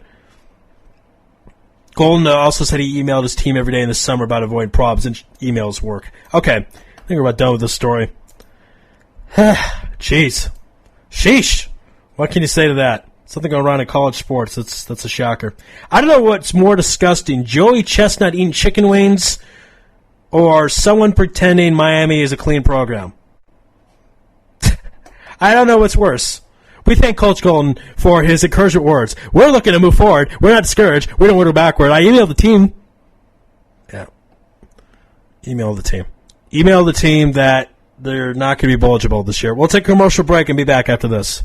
Offering the best of Israel at the best price, Shalom Israel Tours can help you make your next trip to Israel the adventure of a lifetime. Shalom Israel Tours will customize the trip to Israel for your family or group. Specializing in bar mitzvah packages, outdoor adventure vacations, wine tours, and more, Shalom Israel Tours is sure to inspire. So whether you're looking for a customized trip, a day tour, or a car rental, Shalom Israel Tours is here to help. Email us at inspire@shalomisraeltours.com or click the banner on the Israel Sports Radio homepage, and soon you will find yourself in Israel. That's Shalom Israel Tours, www.shalomisraeltours.com. Are you ready to get serious about your health and fitness? iFit trainers provide one-on-one personal training and put together the best fitness program to get the right results for you. Find your I in FIT. We offer certified personal trainers with elite athletic experience and flexible hours at the convenience of your own home. Classes are offered in English and in Hebrew. We serve Jerusalem and the surrounding areas. For more information and to schedule your first workout session, call Alyssa at 054-759-7280 or email Alyssa, ELISSA, at i-fit.co.il. Visit us at www.i-fit.co.il or click on the iFit banner on the Israel Sports Radio homepage. Feeling overwhelmed with all you have to do? Let your personal shopper help. Connie is an experienced gift shopper and can help free up your day. Connie can assist you in finding the perfect gift for your upcoming Simchas or pick up those light items at the grocery. And don't forget, if you are in the area of the Israel Center on Karen HaYesod, stop by on Monday or Tuesday between 8:30 a.m. and 12:30 p.m. to check out all the great gifts Connie has to offer. For more information, call 02-654-2155 or email connie@netvision.net.il. Don't forget to check out her great website at www.chaniesgifts.com. Israel Sports Dynamics specializes in football consulting, equipment, uniforms, and more. Great brands such as Nike, Russell Athletics, Shutt Sports Products, and many more. Just one call away. With over 30 years coaching experience with university and professional athletes, Terry Hill, owner of ISD, can advise you for all your sports needs. Call 054-581-3248. That's 054-581-3248 or visit our website at www.isdisrael.com. If that's not easy enough, click on the ISD banner on the Israel Sports Radio website and be part of the game. Are you having computer issues? You just got to try these guys. Tiger Computer Services, 050-708-1599. All of Jerusalem is talking about them. They're super experienced, efficient, reliable, and honest. Their lead technician has over 20 years experience and holds a BS in computer science from a top American university. Mickey from Macavia says, I will let anybody touch my computers except for Tiger. So call Tiger Computer Services, 050-708-1599. Believe me, you'll be happy that you did. Ruben from Baca says, I've had many technicians in the past, and these guys are some of the best I've seen. Laptops, desktops, netbooks, Macintoshes, iPods, iPhones. All hardware and software problems, advice, and instruction. The next time you need a very experienced and honest computer technician, call Tiger Computer Services at 050-708-1599. Mention Israel Sports Radio for a 15% discount for all new customers. Are you living in the Tel Aviv area and looking to achieve those fitness goals that seem out of reach? If so, personal trainer Leon Kessler is just one call away. Leon will teach, coach, advise, supervise, and support you so that you are able to accomplish your fitness goals. One call to 050-792-2434 will put your goals in reach. That's 050-792-2434 or click on the Leon Kessler banner on the Israel Sports Radio website and see what Leon can do for you. Idreshet Devorah, a Dati Leumi post-high school program which educates minds and broadens horizons. Located in Baca, the lovely Jerusalem neighborhood provides an excellent background and setting for a tremendous education. Our students learn, love, and feel the land of Israel and get tools which will last them a lifetime. Generous scholarships are available. Please contact us at idreshetdevorah.org. Call us from Israel at 052-534-6260 or from North America at 718-593-4162. Be Idreshet Devorah. We're the program you've been waiting for. DJ Venom. DJ Venom. DJ Venom. DJing parties throughout Israel. Birthday parties, weddings, club events, bar mitzvahs, bat mitzvahs, and much more. You pick the type of music and DJ Venom will turn your event to the party of the year. Available Sunday through Thursday. Call 052-952-6506 or email djvenom1984@yahoo.com. That's 052-952-6506 or email djvenom1984@yahoo.com. Book your party today. That's DJ Venom. Back here on Louis Live, and we want everyone to be involved, so you can reach us on chat or join us on the telephone from the Holy Land, 02-563-1492, and in the Old Country, 301-850-2484. And it looks like we have a caller. Caller, you there? Hey, how you doing? It's NBA Dave. NBA Dave, my man, I'm so happy you called in. We actually barely have touched the story since it happened. I want to discuss the story with you. You know what I want to talk about. Go ahead. All right, well, Omi Moshe, he's back, baby. He's back. Do we have a signature yet? Because as of this afternoon, there wasn't. Oh, goodness gracious. I thought that was a done deal. I'm going to ask a question right now, but let's assume it is done. I mean, we thought this was going to be done. Not a big surprise. What's the thinking? You know, the star coming home. He's loved in Israel. Me and Andy saw it personally last summer. The guy's a rock star here. Obviously, I'm assuming you like the move, but how good will this be for Maccabi Tel Aviv? I think this is one of the best things Maccabi could do, other than bringing Kobe Bryant, maybe even bigger. I mean, listen, this guy was a star, although he wasn't your top guy on the team. Yeah, a lot of people say that. But he was a fan favorite, and he became a bigger fan favorite when he started representing Israel and in the NBA. I mean, you don't have as many Leo Eliel jerseys sold as you have, you know, Omri Castia. Wherever you go, you know, people are talking Omri. People are proud of him. There are Israelis that, you know, when they do their West Coast trip, will somehow go to Sacramento to see a game, even though nobody has any other reason to ever go to Sacramento. So true. You know, so true, NBA Dave. You know, wherever he goes, he brings out the Israeli crowd, and I think having him back, now that he has his credentials and played in the NBA, is something Maccabi they really couldn't ask for more. You know, and as far as what I know, the signature should be happening very soon, maybe even still tonight. There was some tax issues that had to be cleared up. That's what I heard from a source from Maccabi, and as soon as that's taken care of, there'll be a signed contract. If it hasn't been done already, you know, that I don't know about. You know how Jews are. You know, got to cross the I's, dot the T's, or whatever, one of those things. Yeah, but, you know, this is a done deal. I mean, I saw him on television last night where he did an interview over the phone with Channel 2 News, and he said he's really excited. He got bigger offers in other European teams, and he wanted to come home and play, and, you know, it's really great. It's really great for Israeli basketball. I'm not sure how true that is. There might be a little Israeli bravado in there, but hey, I'm happy to have him back. I think he's a great fit. He wouldn't have been a good fit in an Italian uniform, so it's good. Omri Moshe is coming back, and if there's a lockout for the entire year, we'll have some NBA talent. Him, Jordan Farmer, who knows what's around the corner. NBA Dave, interesting rules, discussing this with Andy Dorff about Kobe going to China, what might halt that deal. Is China wouldn't allow Kobe to go back at the lockout ended. What is your think about that? The Chinese are pretty strict, but could they really botch this? I mean, it's Kobe Bryant. Yeah, I mean, you know, and Kobe's got, I think, 2 kids, so isn't there a one-child rule over there? Oh, ouch. But, yeah, listen, the Chinese, especially when it comes to bureaucracy, they are very tough. They're not the first one, and I believe the EuroLeague brought this up with FIBA. What I understand is that FIBA... EuroLeague is claiming there's a conspiracy between the NBA and FIBA.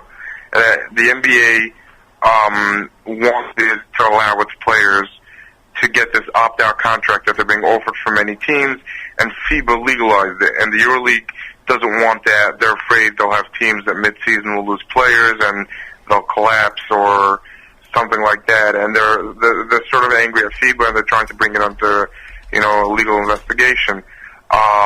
You know, so Kobe obviously will not sign a contract that doesn't give him an opt-out. I know Omri's contract is opt-out, Farmer's contract is opt-out, Deron Williams is an opt-out, and, you know, I don't believe that Kobe will sign a contract at all overseas, but if he does, it definitely ain't happening without an opt-out. There's no way that there's an NBA season going on, and Kobe Bryant is playing not for the Lakers, but for the Beijing Bulldogs, let's just call them. Yeah, I mean, they're talking maybe $1.5 million a month, but that pales in comparison to the $25 million he's getting with the Los Angeles Lakers. You know, NBA Dave, I saw a fun story on Yahoo. I figured you'd probably like it. There's different commercials that have been popular throughout the years. There's a ranking on Yahoo now. I want you, and let's talk. And let's see, of the top 5, looks like 3 are NBA commercials. Excuse me, 2 are NBA commercials. Take a guess of what is ranked number 1 according to Yahoo. Actually, this is technically a food commercial. It's a little misleading because there's not a lot of food discussed. I will play for the commercial for you, but what do you think is the number 1 commercial? Number 1 commercial. I got to give you some hints because this is very misleading. It's a very broad question. Yeah, you're right. I'm going to narrow this down here.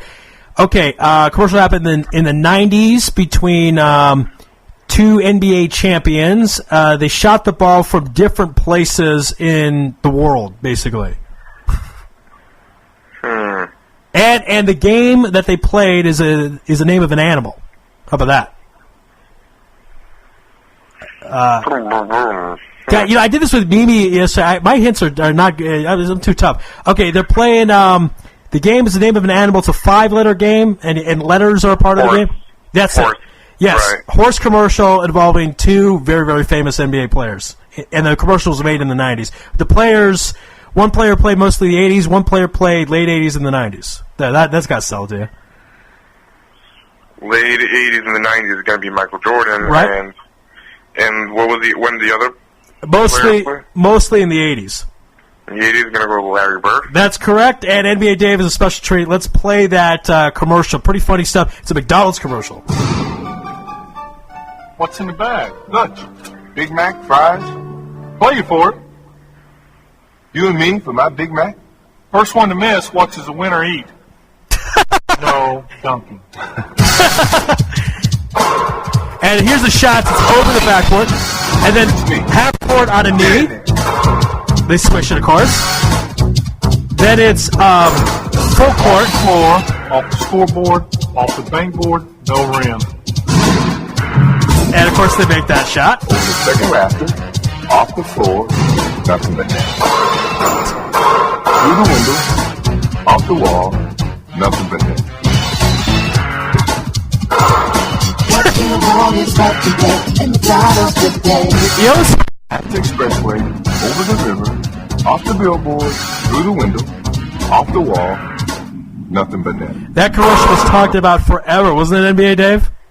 I remember that. But my commercial, NBA epic commercials has to be Michael Jordan. I just remember this one. It wasn't Nike. He did a great commercial. I don't remember. Could have been Wheaties. I think it might have been Wheaties. What happened in the commercial? Then now I'm thinking again it was Nike because it was focused on shoes. We basically, it must have been Nike. You had Michael, I think, running across, I'm not sure, the Manhattan skyline or maybe the Chicago skyline, but he was hopping across the buildings. It must have been shoes. It's got to have been Nike. Okay. And that was a cool commercial. It sort of made every kid, think, I'm going to go get those Air Jordans and I'm going to be able to fly. Right. Absolutely. And that was one of the, most, what should I say, impressionable commercials, to our market.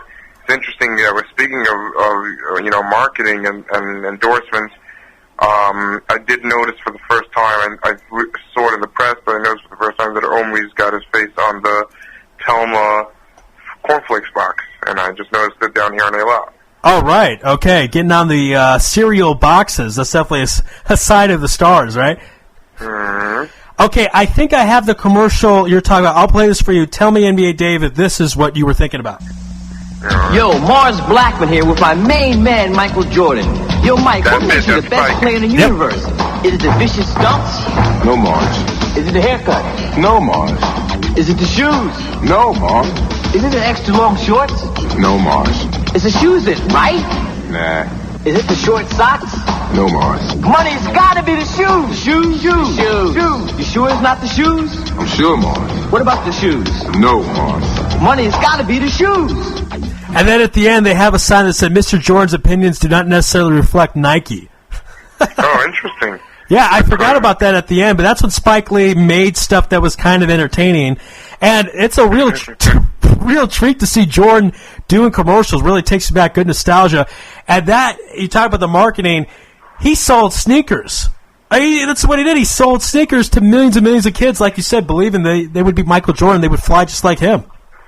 Yep, and I'll tell you, you know what else, if we're talking commercials, something that I always talk about, Charles Barkley, not role model. Reebok, I'm not a role model. Yep. And that was a great thing, and I think that was a great thing. And many times when players are, whether it's what's the guy's name from the Steelers, quarterback, Ben Roethlisberger, or somebody the likes, whether it's Tiger Woods, and people start ranking them out for doing things that they don't want their 7-year-old to know about, like.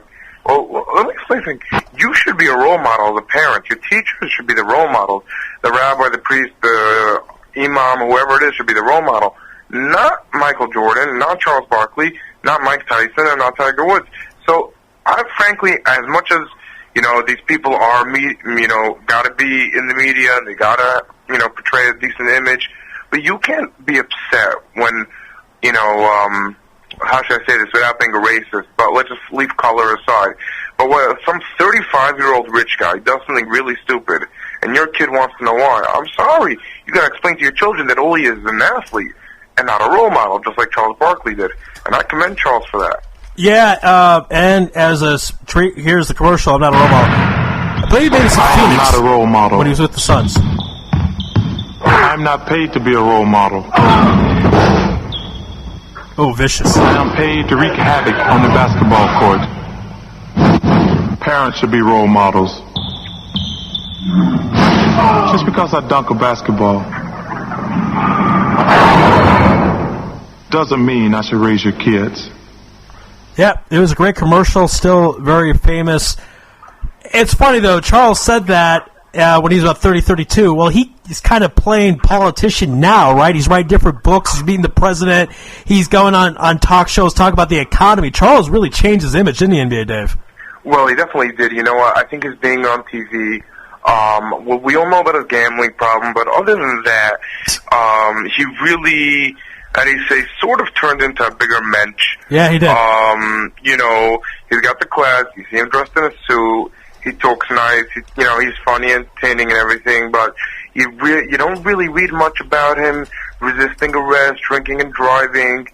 Carrying weapons, doing any of these things that shooting himself in the foot. Like now, a guy who I'm supposed to be rooting for because I follow the Jets. Right. Does. And I mean, listen, it's Charles sort of turned himself around, and okay, his gambling issue is well known, and it's unfortunate, and I hope he, for his sake, he takes care of it. But other than that, you really don't see, Charles Barkley as being somebody who you want to shelter your children from. I'd be very, very fine with if my son was a sports fan. He wanted to watch the TNT, NBA on TNT show. That's no problem, and especially now that Shaq's getting involved in that. Right, absolutely. It's funny. Really funny. Charles, again, because I followed with the Suns, the thing that angered me, and he was hating Phoenix after he left for a long, long time. In fact, I saw a concert, I think this was 98, 99, somewhere on there. It was a Smashing Pumpkins concert. Garbage, the band Garbage, opened for the Pumpkins. And she was so cute, the lead singer, because her English was not, she had a very thick accent, not an American. And she's trying to get the crowd on her side. So she's trying to say how much she likes Phoenix, and it's not really come out so well. The crowd's confused, and I can't repeat the whole thing on air, but basically she says, Charles Barkley, F you. And the whole crowd exploded. 19,000 people in roar because the concert was in the same arena as where the Suns played. So she knew Charles Barkley was hated that much that a person from Ireland knew what would get the crowd roaring in Phoenix. Really? That's quite interesting. Yeah, I mean... he was hated, man. It's funny because somebody comes on the outside, he may be, we have the right to hate him. Mm-hmm. But you, from Ireland, don't know. It's interesting that, that worked. But, it's funny. It's also funny how that happened because I have a good friend who grew up in Philadelphia. And I remember the 93, it was the 1993 finals. I think that was the first year I was following ball. And yeah, me too. I also remember that the guy served cheese fries. And the guy was rooting for the Suns, and I said, what's up with that? And he says, well, listen, ever since Charles left the Sixers, I'm a Suns fan. Yeah, a lot of people were like that. And let me tell you something. Phoenix fans in 93 were very, very upset at NBC. They were. I got so many things to tell you about this, but I'll start with Game 3, which was in Chicago. They had a special thing at America West Arena where fans could watch the game on TV, and it had they do that in Canada for the hockey games. That's really cool, actually. It had a huge turnout. It was really cool. You just bring a canned food for charity. You get in for free. They showed the NBA announcers. A whole place erupted in boos because they were consistently Chicago Homer fans. So they showed the TV screen, and everyone they hear the voices, Bill Walton and Marv Albert, and everyone's booing. And they turn down the volume. Al McCoy, the voice of the Suns, comes up, and everyone cheers. And that's how the game was saw because the NBA announcers were not liked. Well, we know Marv Albert had a love affair with Michael Jordan. I mean, every Knicks fan knows this because when you had Marv, he was doing Knick games, then he was doing national television games, and Marv Albert definitely has something with Michael Jordan. He's just probably his favorite player and extremely biased broadcaster, although I love him and I love listening to his games. Yeah, you kind of have to give him a break on that because he is so good. Even, as I've said, as us Phoenix fans we still acknowledge he's a legend. But one thing that really, I remember this irking my mother, and it irked me at the time too. It irked me, both me and my mom. They're showing this commercial. I think it was during Game 6. And they're talking about a telephone company and how you make calls long distance. I mean, this is days before the cell phone, pretty much. Probably an AT&T commercial. And they're showing a fan called for Chicago to Phoenix. And when they did that, Chicago, they show big city buildings and cars and bright lights. When they showed the guy in Phoenix, he was on a farm. With a cactus. Well, basically, yeah. And we were like, what? Now, again, Phoenix was not the biggest city in 93. It's the 5th biggest city now. But even in 93, it wasn't a place chilling on a farm with a cactus. So, very, very upset, that stuff. I don't know how we got on this topic. Oh, Charles Barkley. So, here's the thing with Barkley. He played 4 years in Phoenix. Well, 3 he tried. The 4th year, he wasn't interested in playing.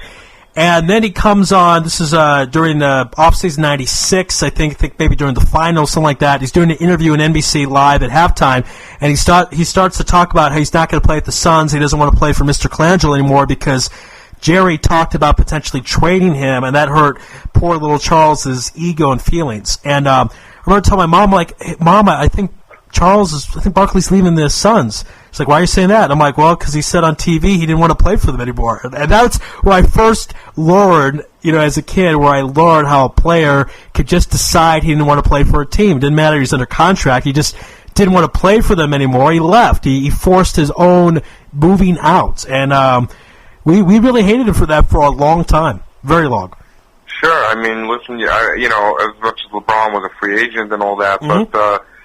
we saw Kobe almost manipulated his way out of the Lakers. Listen, forget about that one. Do have leverage, and there's nothing can be done, about it. Maybe the new CBA will change that, but I mean, there isn't a lot to do about it, and the city can really be hurt from a player turning against them. It's just been happening in sports over and over again, and it was, the thing is because. We really thought 93, that was our year we were with the title. 95, Vegas, I think, had us as a 5-1 favorite. We had 5 guys make it the All-Star ballot. When I say we, the Suns did. Danny Manning was great. He gets injured halfway through the year. So there was a lot of KJ and Marley and Ainge, and there was a lot of good promise on the ball club. And then it all went to heck, in 96. They lost in the first round of the playoffs. A lot of people thought that was going to be Barkley's last year. I remember people saving the ticket stub of Game 4 of the first round against the Blazers.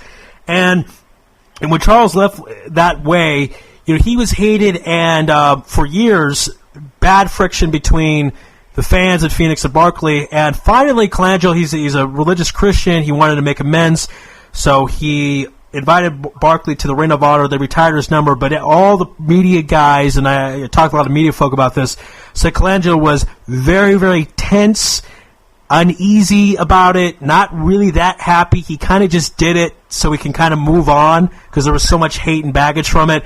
But he really didn't like the idea of retiring his number because of all the bad things Barkley said about the Suns, but got it done. So, I mean, it's still talked about and still remembered. There's a very weird relationship between Phoenix and Charles Barkley. It's interesting because when somebody asks me, what are your memories of Charles? I remember as a son more than a Rocket, and obviously a lot more than a Sixer because I barely knew him as a Sixer. But, somebody talks to me, what was Charles Barkley's team? I'm going to tell you it was the Phoenix Suns. A lot of people say that. Yeah, it's very interesting because he only played 4 years there, and only 3 he tried. So it is interesting. But that's the year you won the MVP. That's the year you went to the NBA Finals. He on the national scene got even more exposure. And look, it's frustrating. Talent-wise, Barkley was right there with Magic, Larry, and Michael, and even Magic said talent-wise that he was better than those guys, but no work ethic. I mean, he was the Allen Iverson before Allen Iverson, not interested in going to practice. He drank the night before games. It was the guy was a freak of nature. The guy was a fat guy. He was 6'4", and he played power forward. I mean, it was incredible. Yeah. The man on the rebounds, they call him. Yeah, and I mean, listen, he got a name for himself. He had an incident during the 92, or was it 92 or 94, the Olympics? 92, yeah. Made his name for with the himself. Dream Team. He had an incident out there in Europe. He definitely had a name for himself as a thug. But I guess you could sort of say he's sort of redeeming himself. I mean, becoming the guy could run for office at this point. The guy would have a chance to.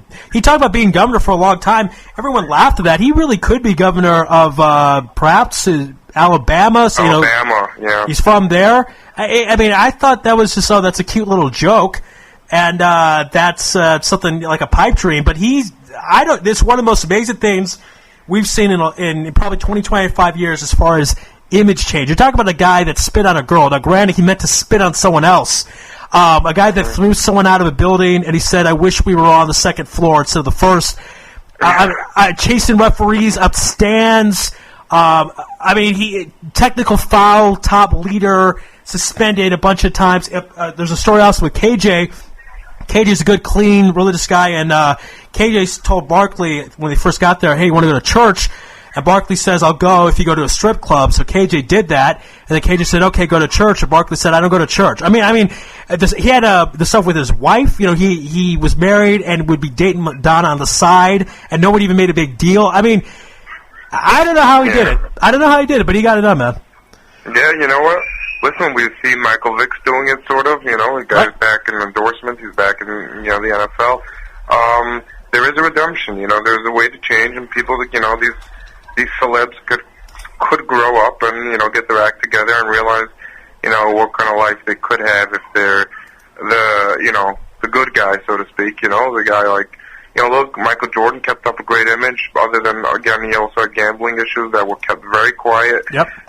He went through a divorce, kept very quiet. Mm-hmm. Michael kept up a great image. Hakeem Olajuwon, Patrick Ewing, the two star centers, the late '80s, early '90s, kept up great images. Larry Bird, squeaky clean. Magic. He sort of got bad publicity because of his HIV, but he's known as a superstar fellow. Even the HIV, he said, people now, hey, that was 20 years ago. The guy's a survivor. He's brought attention to HIV and awareness. So even then, Magic owns a lot of businesses and theaters. The funny thing with Jordan, too, and it was very almost politician-like. He was asked about the sweatshop labor for Nike and said, yeah, let me check it out. And then just never answered again. He knew how to avoid stuff. He didn't take political stands or social stands. He's here to win, he's here to make money, and that's it. Period. Yeah, and you know who else was a very liked fellow up until a year ago? LeBron James. Yeah. Very, very media savvy, very well liked guy, and I believe I don't believe he'll be hated forever because of that, because he does portray himself as a great guy, and I don't know if it's Maverick Carter or whoever else. I know they're hanging out together now in China, which is another interesting thing. I know they're there just for vacation, but he's there with Maverick Carter, who is his manager, and they're in China. I'm beginning to wonder if there's something more to that, in regards to next season. But but getting back to talking about stars and their image, LeBron keeps up a great image. In football, where they're known to be thugs, Mark Sanchez, as a New York quarterback, keeps up a great image. The Manning brothers, Brady. There are some big superstars that, keep up great images. Absolutely, and that's the name of the game. And you know what? I honestly believe revisionist history is going to have the whole LeBron thing changed around. Jordan, the late 80s, was known as a selfish ball hog that was never going to win a title. People forgot about that. I'm not upset at LeBron. He should have done things a little differently. But bottom line, the guy wanted to win, wants to win with his friends. And me and Dave, I love to talk to you for another 2, 3, 4, 5, 6 hours, but we got to end the show. It's midnight, baby. But thanks man. Hey, that thing, all of a sudden, NBA Dave's been on for about 25 minutes. Okay, but hey, every minute was joyous and fun. Thanks so much for calling in tonight. All right, thanks a lot for having me on. Let's do this again, Ari. Great show. Absolutely. Thanks so much, NBA Dave, calling the Louis Live. That's our show. I don't know what to tell you, folks. I like to continue. I can't. They're going to kick me out. Tomorrow, huge show. Ronnie Schwartz, massage therapist. Definitely want to listen to that. Thursday, it's stacked. 4 guests. We're going to have Mr. Barry Kaplan, Henry Tillman, the man that beat Mike Tyson twice at the Olympics, Jim Williams from the Washington Examiner, and Joe Robbins, frequent contributor to the Jerusalem Post. It's all right. God bless, and good night.